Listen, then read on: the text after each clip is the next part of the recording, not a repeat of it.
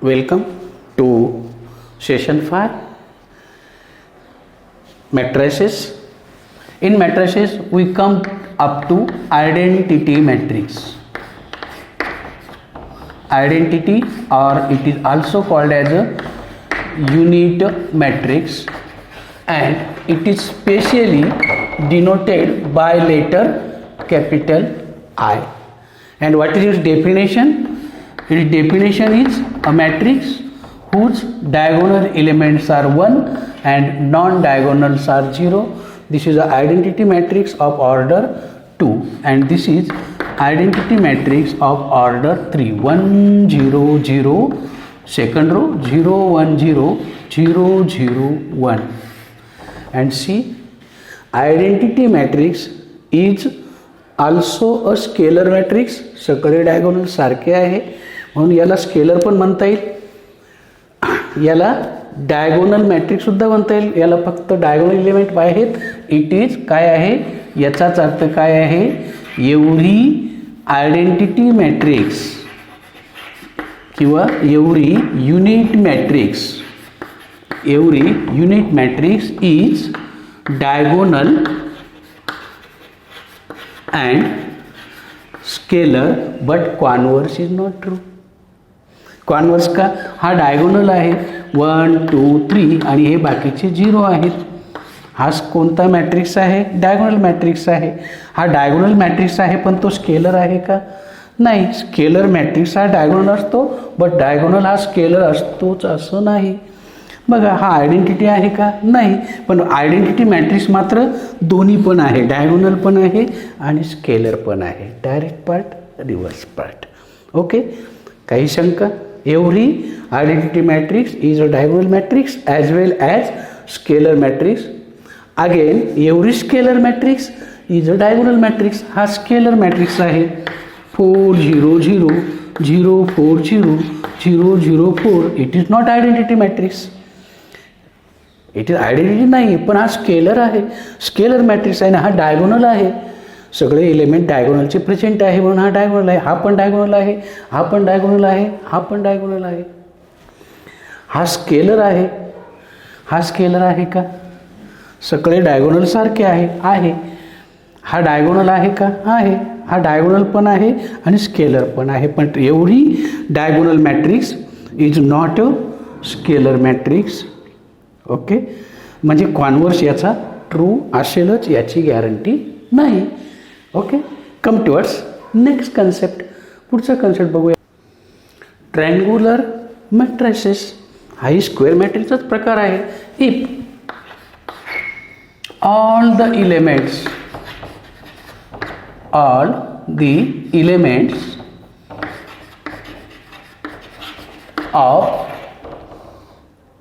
all the elements below the diagonal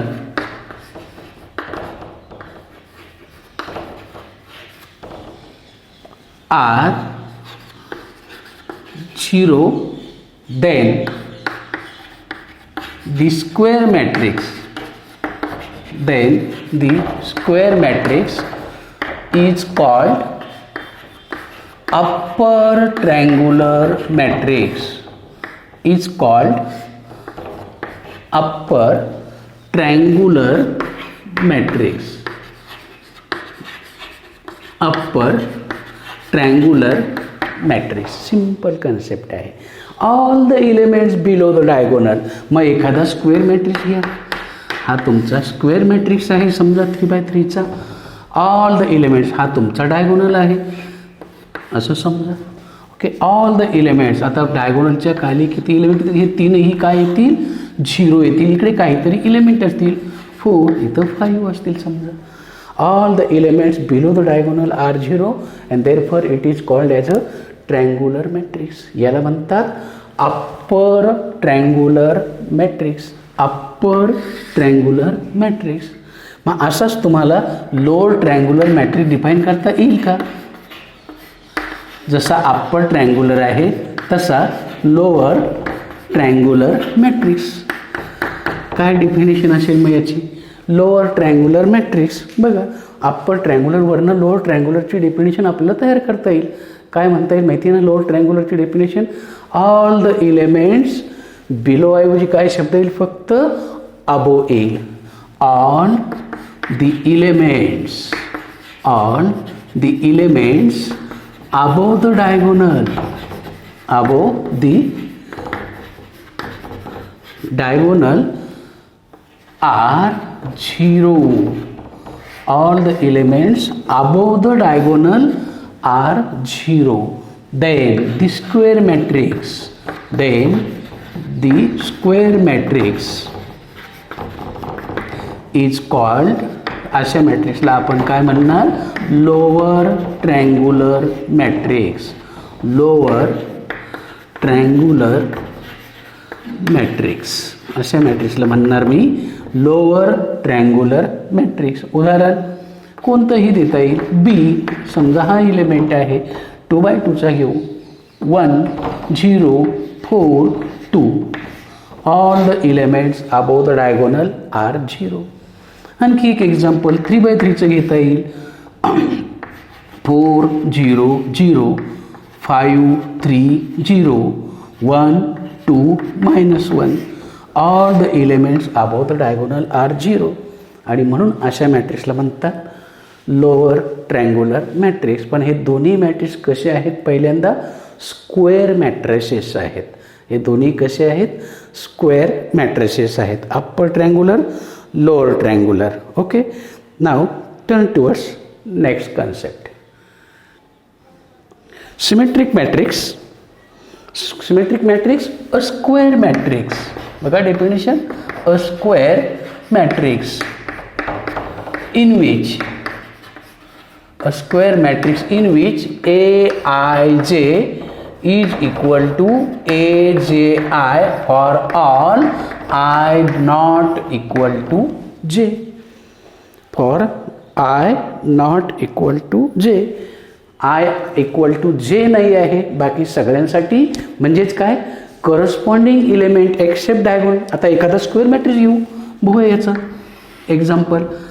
हा matrix आहे, हा आहे डायगोनल. समजा हे एलिमेंट आहे ना, हे सेम असतात. A12 याचा अर्थ A12 is same as A21 interchange. Aij equal to Aji. हे करस्पॉन्डिंग एलिमेंट्स आर इक्वल. हा पहिला तुमचा मॅट्रिक्स आहे. कोणता? Symmetric matrix. आणखी एक एक्झाम्पल घेतो आहे. Matrix Y equal to 1 3 3 3 1 3 3 3 1. हा एलिमेंट पहा. Corresponding elements are same. A12 A21 A13 A31. हा आणखी एक मॅट्रिक्स. One more example. आणखी एक एक्झाम्पल घेतो आहे. AHG HBF GFC. हा सगळ्यात चांगला example. Except diagonal elements. A12 A21 A13 A31 A23 A32. Corresponding elements are same, then such a matrix is called as a symmetric matrix. Such a matrix is called as a symmetric matrix. For all I and j, हा कसा आहे खरा concept? Aij equal to Aji for all I and j and I not equal to j. कारण ते diagonal असतील. दोन्ही सारखे आले तर ते डायगोनल सोडून उरलेले एलिमेंटचे करस्पॉन्डिंग एलिमेंट कसे असतात? सेम असतात. अशा मॅट्रिक्सला म्हणतो आपण सिमेट्रिक मॅट्रिक्स. अशा मॅट्रिक्सला म्हणतो आपण symmetric matrix. Okay, this is a simple problem on symmetric matrix. What it says? Find the value of A, B, C if given matrix is a symmetric matrix. This is problem from our exercise. आपल्या exercise मधला आहे. हा matrix कसा आहे? एक symmetric आहे. Since given matrix is a symmetric. Okay, and therefore what our definition says? A12 is same as A21. This is our definition. Corresponding element A12 means first row second column element 3/5 equal to A21 second row first column, second row first column B, you got directly B. Then A13 is same as A31. This is the definition of corresponding element. This is A and A31 minus 4 and A23 कारण equal हे सोडून द्यायचे, उरलेले corresponding A32 which gives you yes A23 minus 7 equal to C, and therefore what are the values, and therefore you got your answer. A equal to minus 4, B equal to 3/5 and C equal to minus 7 and hence your answer. बघा बरं, 2 मार्काला एक simple question येऊ शकतो without any hesitation. Everybody can solve it. एकदम simple part आहे, फक्त definition clear करा, बाकी काही नाही. Okay, next definition. Skew symmetric matrix. Again it is a square matrix. A square matrix in which all diagonals equal to 0. सगळे diagonal element 0 आहे. and Aij equal to minus Aji for all I and J. हा याचा definition आहे. म्हणजे सगळ्यात पहिली definition आहे, सगळे डायगोनल एलिमेंट 0 येतात आणि करस्पॉन्डिंग एलिमेंटचे element same but opposite in sign. How? See this is example. हा तुमचा मॅट्रिक्स आहे. 0 -4 3/2 0. इथं -4च्या अपोजिट साईन इथं येणार +4. इथं 3/2 आहे, इथं हा एलिमेंट -3/2. इथं समजा 5/7 आला तर हा -5/7 आला तर हा एलिमेंट +5/7 येईल आणि हा याचा कन्सेप्ट आहे. बघा पुन्हा. A12 is opposite sign to that of A21. A13 opposite sign that of A31. A23 the opposite sign of A32. Corresponding elements have opposite sign and then such a matrix we call it as a skew symmetric matrix. Skew symmetric matrix. Okay, याचा senior कॉलेजला जास्त benefit होतो. आपल्याकडे त्याच्यावरचं एक example आपण बघणार आहोत. ओके, बघा. स्क्यू सिमेट्रिक मॅट्रिक्स, 2 सिमेट्रिक आणि स्क्यू सिमेट्रिक. तर स्क्यू सिमेट्रिकवरचं एक्झाम्पल बघा. हा problem. Find XYZ if matrix first row 0 5i x y 0 z 3/2 -√2 0 is a skew symmetric matrix. Skew symmetric आहे. मग स्क्यू सिमेट्रिक आहे म्हणजेच काय? Aij इक्वल टू -Aji ही डेफिनेशन आहे. मग घ्या, म्हणजेच काय? A12 equal to opposite sign of A21 टाका element and therefore A12 first row second column element is 5y, then second row -y आणि म्हणून y ची किंमत काय आली? -5i. am I correct? -5i. second concept, A13 is same as -A31 टाका किंमत. A13 का स्क्यू सिमेट्रिकची डेफिनेशन आहे. मग काय येईल त्याचे डेफिनेशन? A13 x आहे equal to -A31 third row first column 3/2 आणि ही झाली तुमची एक्सची value. Similarly A23 is same as -A32 z आहे इक्वल टू मायनस. तो ऑलरेडी मायनस आहे, minus plus and these are the values. शेवटी सगळ्या व्हॅल्यू एका ओळीत लिहून टाका. x equal to -3/2, y equal to -5y and z equal to √2 and hence your answer. Simple example. Okay, 2 mark देऊन जाईल आलं तर असलं example. Next, determinant of a matrix. मग कुणाचा डिटर्मिनंट घेता येतो? पहिल्यांदा डिटर्मिनंट तुम्हाला माहिती आहे, बघितलं आपण. Determinant is a square arrangement. कशी अरेंजमेंट आहे? स्क्वेअर अरेंजमेंट आहे. म्हणजेच कोणाचा शक्य असेल? शक्य असेल if a given matrix, if a given matrix is a square matrix, given matrix is a square matrix, then its determinant possible, then only its determinant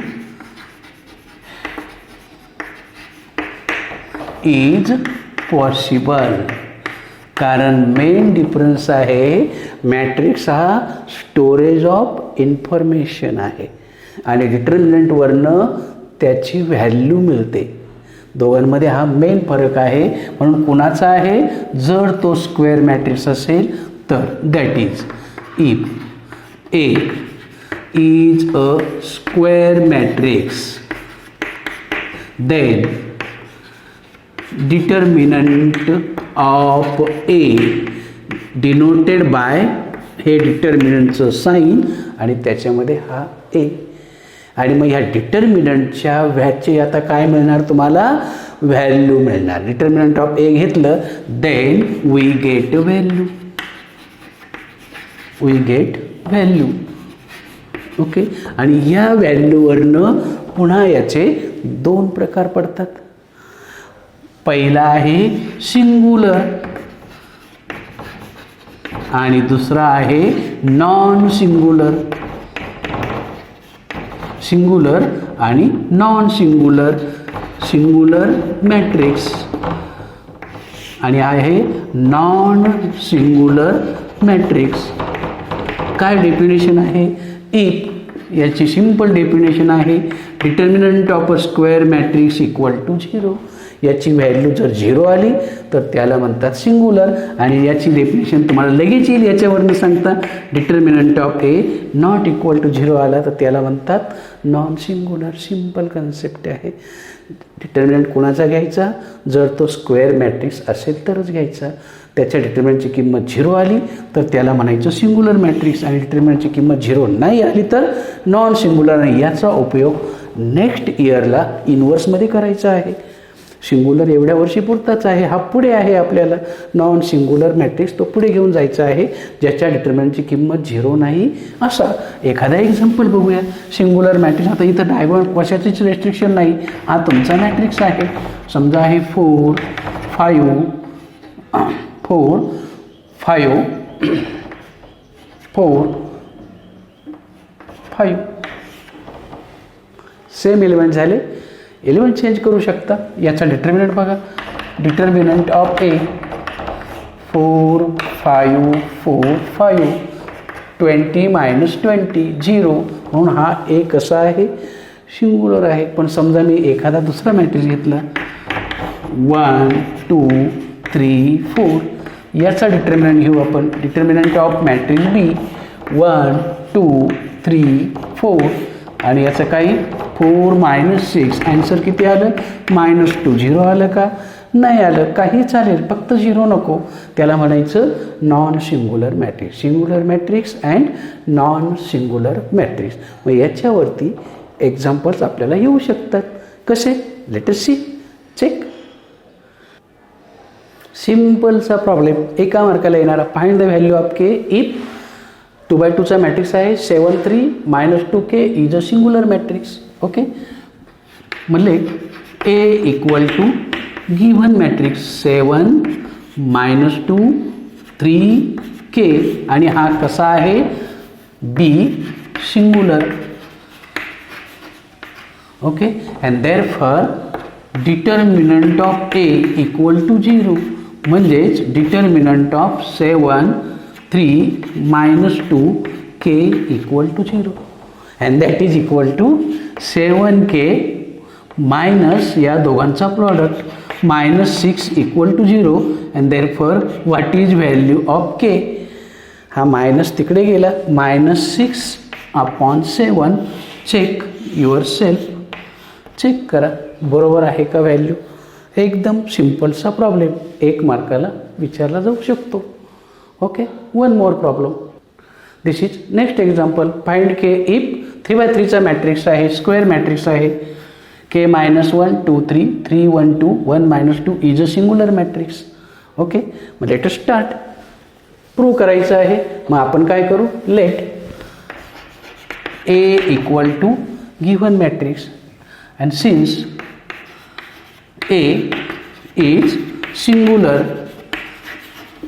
याचाच अर्थ डिटर्मिनंट ऑफ A ची किंमत काय येईल, 0 येईल. मग याचा determinant and therefore determinant of A K -1 2 3 3 1 2 1 -2 4 equal to 0.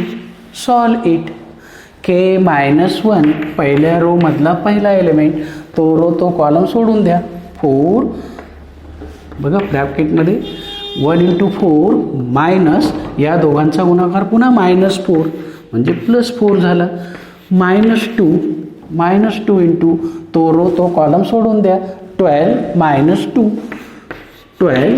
-2 plus 3 into bracket तो रो तो कॉलम सोडून द्या. -6 -1